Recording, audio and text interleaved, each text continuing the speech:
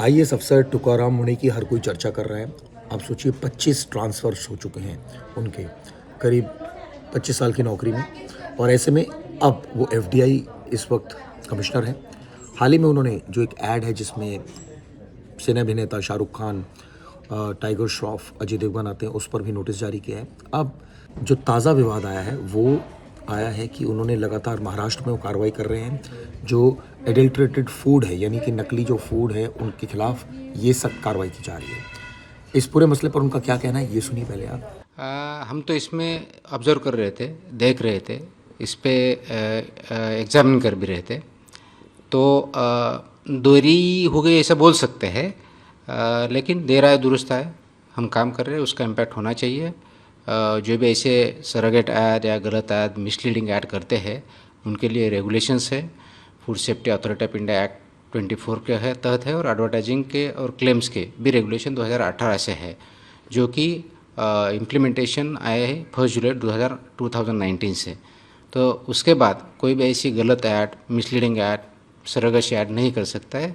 उसके लिए रेस्ट्रिक्शंस है, प्रोहिबिटेड है, उस पर लीगल कार्रवाई भी हो सकती है। सर, फिलहाल उनसे जवाब मांगा गया है, सफाई मांगी गई। अगर संतुष्ट नहीं होता है एफडी उनके जवाबों से, या संतुष्ट नहीं होते जवाब, तो कार्रवाई किस तरीके की हो सकती है? जैसे कि उसमें बताया गया है कि 10 लाख तक जुर्माना पहले स्टेज में होगा, उसके बाद भी नहीं होगा तो उसके ऊपर अपना फसाई एक्ट के तहत वो अनसेफ फूड, क्योंकि हमारा ये आर्टिकल प्रोहिबिटेड आइटम है, और प्रोहिबिटेड आइटम अगर है तो प्रोहिबिटेड आइटम की जो क्लॉजेस है उस हिसाब से उस पर कार्रवाई होगी, और सेक्शन 59 भी उस पर अनसेफ फूड है, इसलिए भी कार्रवाई होगी।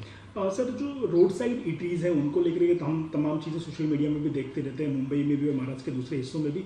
उनकी हाइजीन और क्लीनलीनेस को लेकर के किस तरह का ऑब्जर्वेशन आपका रहा है, और कार्रवाई किस तरीके से आगे चल रही है? कार्रवाई इस पर तो काफ़ी जगह पे चल रही है। वो हमारे चाइनीज़ हो या तुम्हारे जो वड़ा पाव हो या अदर हो, उसमें कार्रवाई चल रही है। उसमें पहला तो एक हमने कि पेपर में उसको सर्व करने का बंद कर दिया, तो उसका काफ़ी इम्पैक्ट हो चुका है। दूसरा, हमने ऐसा पाया है कि कई जगह पे हमने इंस्पेक्ट किया तो चाइनीज़ में जो कलर वगैरह आता था वो भी एडिटिव्स कम हो गया है, क्लीनलीनेस बढ़ा है। हालांकि अभी भी बहुत काम करना उसमें बाकी है, और उसमें हमारा काम चल रहा है। लोगों से भी अपील है कि जो अनसैनिटरी कंडीशन है, अगर ऐसे पाते हो आप कंप्लेन कीजिए, और वहाँ खाइए मत। जो अच्छा प्रोडक्ट दे रहा है, जो फूड बना रहे हैं, उसी के यहाँ जो स्टैंडर्ड के हिसाब से हो रहा है, उसी यहाँ पे आप कंज्यूम कीजिएगा। सर, मुंबई में कई जगह ऐसी ईटरीज हैं जिनको खाऊ गली कहा जाता है, और मुंबई की पहचान भी है। उनकी क्वालिटी और स्टैंडर्ड मेंटेन रहे, हाइजीन मेंटेन रहे, इसके लिए कोई अवेयरनेस चलाइए? अवेयरनेस ड्राइव तो काफ़ी होते रहते हैं। अभी इस पर हम इंस्पेक्शन भी करेंगे, वो कार्रवाई भी करेंगे। सर, जैसे हम मेडिसिन की बात करेंगे तो मेडिसिन में कुछ लोगों के ऊपर जो कार्रवाई हुई है उन्होंने उस पर काउंटर क्लेम्स भी किए हैं कि उनके खिलाफ कार्रवाई बिना उन्हें नोटिस दिए कर दी गई है। तो ये जो आरोप लग रहे हैं, आप क्या बोलते हैं, आफ्टर थॉट है या सही में कुछ चूक हो? ना, इसमें we are absolutely as per जो ड्रग्स है, ड्रग एंड कॉस्मेटिक एक्ट, उसके अंदर के 1945 के रूल्स है, उसी हिसाब से कार्रवाई हो रही है। आप जिस बारे में बात कर रहे हैं वो प्रोडक्ट गुजरात का था, एफडीए गुजरात ने वो अप्रूव किया है नहीं किया। हमने सीज किया था प्रोडक्ट, सीज करके उसका रिकॉल ऑर्डर किया था, वो एज़ पर द रूल्स है। उनको नोटिस भी दी गई थी, ऐसा नहीं कि नोटिस नहीं दिया गया था। हम एफडीए गुजरात से उसका लाइसेंस में क्या था क्या नहीं था ये भी हमने मंगाया है। अब उसमें जो ऑर्डर है वो हम कार्रवाई करेंगे। सर, स्कूलों को लेके आपका एक आदेश था जिसको लेके बहुत तारीफ भी हो रही है, और खास करके पेरेंट्स में बहुत खुशी है कि इस तरह की कार्रवाई एफडीए कर रहा है, लेकिन अभी भी कई जगह वायलेशंस देखने को मिल रहे हैं। खास करके जो इन हाउस ईटरीज हैं स्कूल कॉलेजेस की, उन पे अभी भी पूरी तरह प्रतिबंध नहीं आ पाया है, क्योंकि वॉलंटरी नहीं कर रहे हैं वो लोग। कार्रवाई की जरूरत है? हाँ, तो इसमें हमने कल एजुकेशन कमिश्नर, पूरे डिस्ट्रिक्ट के एजुकेशन ऑफिसर, जिला परिषद के सीईओ और म्यूनिसिपल कमिश्नर अलॉन्ग विथ मेरे असिस्टेंट कमिश्नर, जॉइंट कमिश्नर के साथ अपने वीसी लिए, इंस्ट्रक्शन फिर से एक बार दिए है, और उस पर एक मिशन मोड पे लेने के लिए बोला है। कि उसमें 3-4 चीज़ हमने बताई है कि एफबीओ वहाँ है या नहीं है, रजिस्टर्ड है या नहीं है, उसके साथ तो बोर्ड लगे हैं या नहीं रहे है, जो एचएफएसएस फूड आर्टिकल्स है वहाँ सर हो रहे या नहीं हो रहे हैं तो कौन दे रहा है, उनके ऊपर क्या कार्रवाई की है। 50 मीटर्स के अंदर जो वहाँ पे भी अगर एचएफएसएस फूड प्रोडक्ट बेच रहे हैं उनका लाइसेंस कैंसिल करने का निर्देश दिया है। ये जो अभी तो शुरुआत थी, एजुकेशन डिपार्टमेंट उसमें इंस्ट्रक्शन दे दिए गए, हमने भी रिव्यू लिया है, और कुछ 8-10-15 दिन में आगे आने वाले उसका बहुत बड़ा इम्पैक्ट आपको दिखेगा। सर, अडल्ट्रेटेड फूड आइटम्स, खास करके मिल्क और बाकी जो चीज़ें, उन पर तो कार्रवाई हो रही है, लेकिन एक प्रतिबंधित सामान गुटखा जो है, करीब 14 साल से 15 साल से मुंबई और महाराष्ट्र में बैन है, लेकिन फिर भी चोरी छिपे उसकी बिक्री होती है और कहीं ना कहीं उसको प्रेशर भी मिलता है, तो उस पर आने वाले दिनों में कैसी कार्रवाई होगी पान मसाला पे? से बेसिकली गुटखा और पान मसाला प्रोहिबिटेड आइटम है, इस बार भी हमने किया है। उसमें अभी उन्होंने थोड़ा मोडस ऑपरेंडी उनका चेंज किया है। बड़े ट्रक आते थे वो नहीं आ रहे, टेम्पो या उसमें नहीं आ रहे, छोटे छोटे व्हीकल में रात में लाने की कोशिश करते हैं। गोडाउन अभी नहीं मिल रहे हैं, डायरेक्टली कस्टमर को या छोटे छोटे लेवल पे जा रहा है। उसके साथ ही पब्लिक ट्रांसपोर्ट का भी यूज़ कर रहे हैं, बस कर रहे हैं, ट्रेन में। हमने तो बस में भी पकड़ा है, ट्रेन में भी पकड़ा है, आगे और चौकन्ना रख के करेंगे। बस इसमें यह है कि अभी प्रोसिक्यूशन लेवल बहुत आगे जा चुका है। इसमें मकोका का जो प्रोविज़न हमने लगाया उसका भी हम यूज़ कर रहे हैं, उसके भी प्रोफाइल काफ़ी बन चुके हैं। तो जो इसमें मैन्युफैक्चरर है, ट्रांसपोर्टर्स है, डिस्ट्रीब्यूटर्स है, सेलर्स है, यहाँ सभी जगह पे हम पकड़ रहे हैं। कुछ दिनों पहले हमने अकोला में उसका जो मैन्युफैक्चरिंग यूनिट था वो भी पकड़ा था, उनके भी सेक्शन 111 भी लगाया है बीएनएस का। तो सख्त तरीके से हम कार्रवाई कर रहे हैं। और आपने कुछ देखा होगा तो ये कुछ दिनों में बाकी राज्यों ने भी उसमें बैन कर लिया है। कर्नाटक ने भी आई थिंक हालांकि किया है, उसके पहले कुछ आंध्र या तेलंगाना ने भी किया है। तो ये बढ़ रहा है। ये अगर ऐसा अक्रॉस इंडिया होता है तो ये मैन्युफैक्चरिंग नहीं होगा, क्योंकि हमारे यहाँ मैन्युफैक्चरिंग के लिए बैन है, या अगर कुछ राज्यों में नहीं है तो प्रॉब्लम होता है। I think India is moving in that direction. Sir, high court से बार बार सुझाव और सलाह आती रहती है, आपके लिए कई बार वार्निंग भी आती है, तो हाई कोर्ट में जो सुनवाइयाँ चल रही हैं उनको आप किस तरीके से देखते हैं? क्या आप पे अंकुश लाए जाने की कोशिश हो रही है हाई कोर्ट के केसेस के माध्यम से, खासकर गुरु नानक स्वीट्स का जो कल का मामला रहा उसके? गुरु नानक चीज़ का मामला आपने जो बोला है, उसमें जिस तरह से ऑर्डर आया है थोड़ा हमें सरप्राइजिंग है। हालांकि वो रिटर्न ऑर्डर आया नहीं, जब आएगा हम देखेंगे, लेकिन उसमें हम हमारा लीगल ऑप्शन यूज़ करेंगे वेरी क्लियरली। उसमें दो चीज़ें देखने की है कि वो फूड पॉइजनिंग की केस थी, और उसमें जिन्होंने वो स्वीट खाया था वो हॉस्पिटलाइज थे। उसके बाद उनका रिपोर्ट भी जो सैंपल है वो भी रिपोर्ट अनसेफ आया है। और ऐसे केस में हमने जो कार्रवाई की थी बिल्कुल सही थी, उसमें कोई गलत नहीं था। उन्होंने हमारे पास अपील भी किया था कमिश्नर के पास, हमने हियरिंग ली, हियरिंग करके क्लोज फॉर ऑर्डर भी किया था। तो हमसे कोई इसमें डिले हुआ नहीं है। तो we stand by what we say. Court का ऑर्डर आने के बाद उसे एग्जामिन करके लीगल तरीके से उन पर हम आगे की कार्रवाई करेंगे। सर, जनता का पूरा समर्थन मिल रहा है, जनता में काफ़ी खुशी है इनफैक्ट, और सरकार की ओर से भी ये कह दिया गया है कि फ्री हैंड रहेगा एफडीए को सारे रूल्स का पालन करवाने के लिए।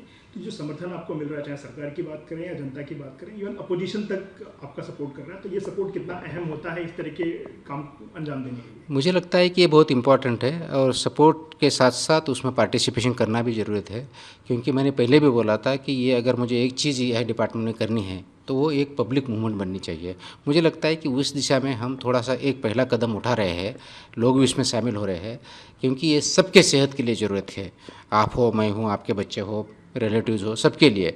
अगर हमें इंडिया को आगे लेके जाना है, स्वस्थ इंडिया और स्ट्रॉन्ग इंडिया बनाना है, सुपर पावर बनाना है, तो स्वस्थ इंडिया के बिना नहीं बनेगा। स्वस्थ इंडिया अगर बनाना है तो हर एक आदमी, हर एक सिटीज़न ऑफ इंडिया ये जो है उसको स्वस्थ रहना पड़ेगा। वो इसीलिए खाना और medicine, food and medicine, drugs, ये दोनों स्वस्थ होने चाहिए, एफिकेशियस होने चाहिए, सेफ और स्टैंडर्ड होने चाहिए।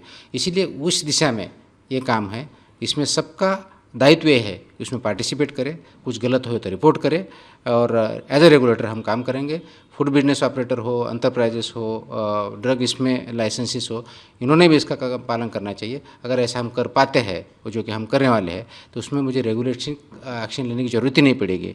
अगर रेगुलेटर को एक्शन लेने की ज़रूरत पड़ती है, मतलब हम वो कंप्लायंस नहीं कर रहे, तो हम उस दिशा में जाना चाहते हैं जहाँ 100% सेल्फ कंप्लायंस हो और रेग्युलेटर्स की ॲक्शन लेण्याची जरूरत न पडे। सर, ज्या प्रकारे आम्ही बघितलं काही दिवस पूर्वी काही सिने अभिनेत्यांना नोटीस देण्यात आली, कारण ते एक इलायची ब्रँडचा प्रसार करतात, जे सरोगेटेड ॲड आहे गुटखा ब्रँड आणि पान मसाला ब्रँडचा. हा नोटीस देण्यात थोडा उशीर झाला का तुम्हाला वाटतं? असा खूप उशीर झाला असं म्हणता येणार नाही, पण डेफिनेटली याचा अगोदरही आपण देऊ शकलो असतो, कारण हा कायदा 2011चा आहे आणि ॲडव्हर्टाईजच्या बाबतीत रेग्युलेशन 2018मध्ये आलेलं आहेत, आणि त्याचं इम्प्लिमेंटेशन जुलै 2019पासून चालू झालेलं आहे. तर या काळात हे ॲडव्हर्टाईज जर होत्या तर त्याच्यावरती डेफिनेटली थोडा उशीर झालेला आहे, परंतु ठीक आहे, उशीर झाला आहे, पण आता त्याच्यावरती आम्ही योग्य कारवाई करतो आहे. सर, त्यांना खुलासा करायला सांगितलं, जर त्यांचा खुलासा तुम्ही संतुष्ट झाला नाही, समाधान झालं नाही, तर त्यांच्यावर काय कारवाई होऊ शकते? त्या नोटीसमध्ये आम्ही म्हटलं की 10 लाखापर्यंतचा त्यांच्यावरती दंड लागेल, पण त्याचबरोबर कारण हा प्रोहिबिटेड आयटम आहे सेक्शन 30 अंतर्गत, प्रोहिबिटेड आयटमवरती जे नियम लागू आहेत आपले त्याप्रमाणे आपल्याला कारवाई करता येईल. नंबर 1. नंबर 2, कारण तो अनसेफ पण आहे, हे प्रूव्ह झालेलं आहे, म्हणूनच आपण ते प्रोहिबिट केलेलं आहे. अनसेफचे सेक्शन 59 सुद्धा आपल्याला त्याच्यावरती कारवाई करता येईल. तर आपल्याकडे जे स्ट्रीट फूड्स आहेत किंवा जे आपण खाऊगल्ली म्हणतो त्या खाऊगल्लींमध्ये सॅनिटेशन आणि चांगले फूड क्वालिटी असते याच्यासाठी काय करण्यात येत आहे आणि कशा प्रकारची अवेअरनेस तुम्ही त्या लोकांमध्ये देता? अवेअरनेस तर खूप वेळेस केलेली आहे, त्यांचं ट्रेनिंग पण घेतलेलं आहे. वारंवार आपण राईट इट कॅम्पेनसुद्धा आपण घेत असतो, तेही आपण केलेलं आहे. पण तिथून पुढे अवेअरनेस बरोबरच सर्वात महत्त्वाचं ॲक्शन घेणार आहोत, इन्स्पेक्शन करणार आहोत आणि पुढच्या काही दिवसामध्ये त्याचा आपला परिणाम दिसेल. सर, शाळांच्या विषयी जे आपण आदेश काढला होता त्या आदेशाचं तंतोतंत पालन होत दिसत नाही आहे, कारण की इन हाऊस जे एंट्रीज आहेत स्कूल्स आणि कॉलेजेसची त्याच्यामध्ये अजूनही अनसेफ फूड त्यांना मिळतो आहे. त्याच्यावर काय कारवाई होणार आहे आणि ते शिक्षण संस्थान जे आहेत त्यांची कशी चर्चा सुरू आहे? नाही, याच्यामध्ये आपण कालच education commissioner, education officer of the district सर्व डिस्ट्रिक्टचे आपले food safety officer, assistant commissioners, त्याचबरोबर जिल्हा परिषद CEO आणि म्युनिसिपल कमिशनर यांची मीटिंग घेतली. याच्यातून त्याच्यामधल्या ज्या कारवाई करायची, काम करायचे ते सांगितलं आहे आणि पुढच्या 8-10 दिवसामध्ये हा पिक्चर पूर्णपणे चेंज झालेला असेल. काही ठिकाणी होत नाही हे खरं आहे, पण ते पुढच्या 8-10 दिवसामध्ये कंप्लायन्स होतील. त्याचबरोबर हे बघावं लागेल, खूप शाळांनी त्यांचे मेनू पण चेंज केलेले आहेत, त्यांचं इम्प्लिमेंटेशन सुमोटो चालू आहे आणि स्कूल्स आणि पेरेंट्स दोनांकडून खूप चांगल्या प्रकारचा प्रतिसाद आहे. जे काही कंप्लायन्सेस 10-20% होत नाहीत ते आपल्या पुढच्या काळात झालेले दिसतील.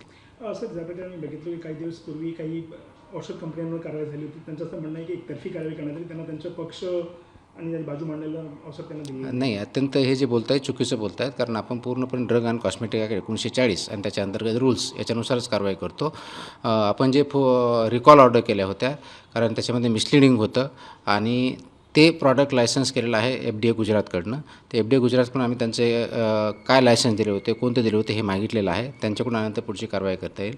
ज्यांची कारवाई केली ते डेफिनेटली आपण नियमानुसार केलेली आहे आणि प्रोसेस फॉलो करून केलेली आहे. सर, पुण्याची गुरु नानक स्वीटबद्दल जे कालचे आदेश आहेत त्याच्यावर तुम्ही काय म्हणाल?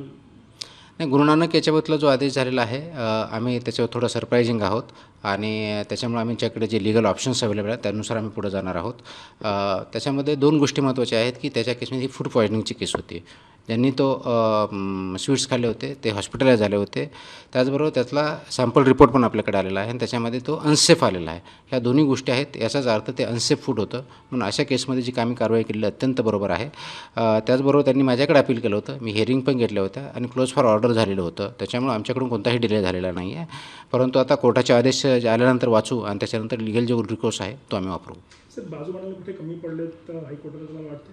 आता ते त्याच्यावरती बरंच आमचं काही डिस्कशन इंटरने पण झालेलं आहे आणि त्याच्यावरती आम्ही बाजू मांडायला आमच्या लेवलकडून हायकोर्टामध्ये जर कमी पडला असो तर डेफिनेटली रेक्टिफाय करणं गरजेचं आहे. ह्या सगळ्या गोष्टीचा विचार केला जात आहे. सर, एक शेवटचा प्रश्न, जशा प्रकारे समर्थन तुम्हाला भेटतं आहे लोकांकडनं, राजकारण्यांकडनं, सरकारकडनं, कसं वाटतं तुम्हाला की हे केवढं गरजेचं आहे की एवढं महत्त्वाचं काम? मला वाटतं हे अत्यंत गरजेचं आहे. हा समर्थन माझ्यासाठी नको आहे, हा समर्थन जो पाहिजे सेफ फूड आणि सेफ ड्रग्ससाठी पाहिजे, आपल्या भवितव्यासाठी पाहिजे. भारताला आपण ज्यावेळेस आपल्या देशाला किंवा समाजाला पुढे न्यायचं म्हणतो तर स्वस्थ नागरिक असल्याशिवाय ते होणार नाही आणि स्वस्थ नागरिकाची सर्वात महत्त्वाची गोष्ट म्हणजे जे अन्न आहे ते सुरक्षित पाहिजे, औषध आहेत ते सुरक्षित पाहिजे. त्या दृष्टीने प्रत्येक जणाचा सहभाग अत्यंत महत्त्वाचा आहे. फक्त समर्थन महत्त्वाचं नाही, सहभाग महत्त्वाचा आहे. प्रत्येकाने त्याच्यामध्ये अलर्ट असलं पाहिजे. चुकीच्या गोष्टी होत असेल तर आमच्या पोर्टलवरती कंप्लेन करायची आहे आणि जिथं कुठे काही मदत लागत असेल ते आम्ही द्यायला तयार आहोत. सर्वात महत्त्वाची गोष्ट की सेल्फ कंप्लायन्स वाढणं गरजेचं आहे. जे FBOs आहेत, लायसन्सेस आहेत, त्यांनी स्वतःहून सगळ्या नियमांचं जर पालन केलं तर FDAला कारवाई करण्याची वेळ येणार नाही आणि ती वेळ आणणं हे आपल्या सर्वांच्या एकत्रित प्रयत्नाने होऊ शकतं. दरअसल उन्होंने मई 2026 में ये पद ग्रहण किया था, यानी FDI कमिश्नर का महाराष्ट्र का, और तब से आप सोचिए 1100 से ज़्यादा रेड्स कर चुके हैं. इसके अलावा 165 लाइसेंस सस्पेंड कर चुके हैं. 7-7 करोड़ों रुपए के जो अनसेफ फूड्स प्रोडक्ट्स हैं उनको जब्त किया गया. यानी कि लगातार कार्रवाई की जा रही है और ये एक अच्छी कार्रवाई है, क्योंकि इस तरह के अफसर अगर इस तरह की कार्रवाई करेंगे तो जाहिर तौर पर आप सोचिए ये सीधा सीधा लोगों के हेल्थ से जुड़ा मामला है और ऐसे में अगर लोग इस तरह से नकली प्रोडक्ट्स बना रहे हैं तो उससे कितना बड़ा खामियाजा एक मास को हो सकता है. इसी के तहत अब ये कार्रवाई कर रहे हैं और इसको लेकर वो सोशल मीडिया पर अब चर्चा का विषय बने हुए हैं.